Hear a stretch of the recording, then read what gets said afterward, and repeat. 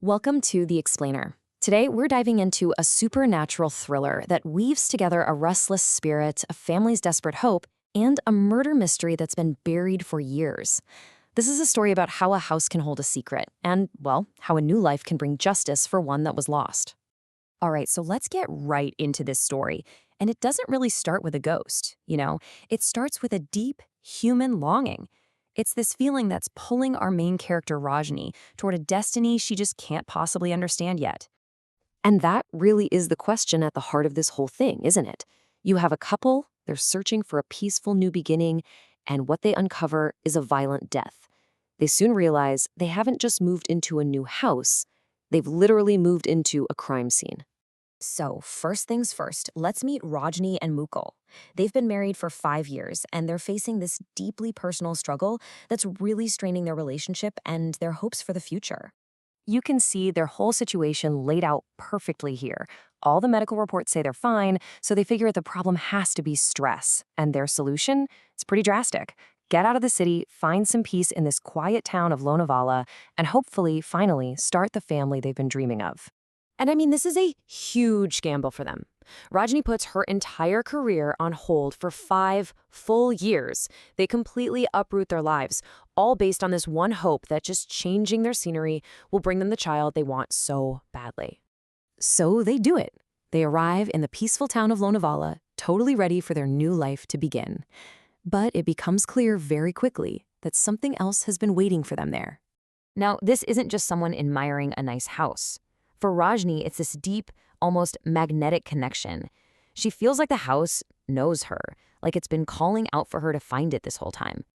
Mukul, on the other hand, he's the practical one.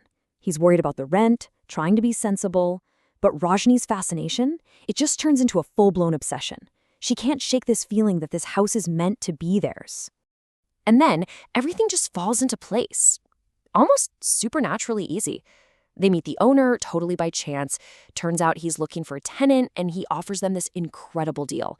Their dream is coming true, but they have absolutely no idea. They're walking straight into a nightmare. So as Rajni and Mukul start to settle in, the house begins to, well, let's just say it reveals its true nature. It is definitely not empty. And its other occupant is not happy. The dream is always the same. A young boy, covered in injuries, begging her for help. And during the day, she feels this constant presence, catching these little glimpses of a shadow just at the edge of her vision. The house's peaceful facade is just crumbling away. And Mukul's reaction? He just dismisses her fears. He says she's just overthinking things because she doesn't have a job anymore. And that isolates Rajni completely, leaving her to face these terrifying, unexplainable things all by herself. Feeling totally desperate for some comfort, Rajni turns to prayer. And almost like a miracle, right after she completes this 7-day ritual, she finds out the news they've been waiting years to hear. They're finally going to have a baby. And this is a major turning point. And with Rajni's pregnancy, the entire dynamic of the haunting just shifts. The terrifying dreams, they stop. The spirit is no longer a threat. Instead, it feels like this silent, watchful guardian, protecting her and her unborn child. It's so strange. Okay, so now we get to the climax of the story. It all happens on a single, chaotic night where the forces of nature and the supernatural just collide to finally reveal the house's dark secret. I mean, just look at this timeline.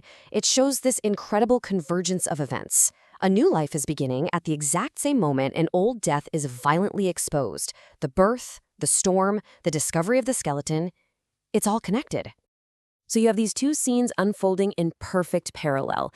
At the hospital, Rajni is struggling to bring her son into the world, and back at the house, workers are uncovering the bones of another boy whose life was tragically cut short in that very spot.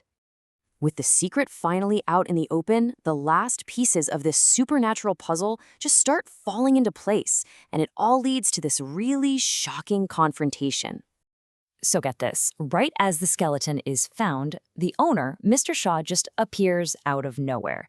And he's completely bewildered, claiming he was driving in another city when his car seemed to take on a life of its own and drive him directly to the bungalow. It's like the spirit literally brought its killer back to the scene of the crime. And the second he's confronted with that skeleton, Mr. Shaw just breaks down. He confesses everything in this flood of rage and guilt. The truth is finally out. So there it is, the whole story. We find out the ghost was actually Mr. Shaw's nephew, and he was murdered for his inheritance. The body was hidden beneath that giant tree. And now, with the confession, justice can finally be served. And with that, the house is finally cleansed. The murdered boy's spirit, now that it's found justice, is at peace. And in one last twist, a guilt-ridden Mr. Shaw signs the bungalow over to Rajni and Mukul. He gives the family that solved the mystery a brand new home to raise their son in. But wait, the story doesn't quite end there. We fast forward 5 years, and we find the family happy, the house is peaceful, and the whole haunting is just a distant memory. And this is the final, chilling question. The murdered boy in this old photograph is the spitting image of her own son. It just forces us to wonder, did the boy's spirit simply call out to Rajni for justice? Or did it find a way to return to the life that was so violently stolen from him?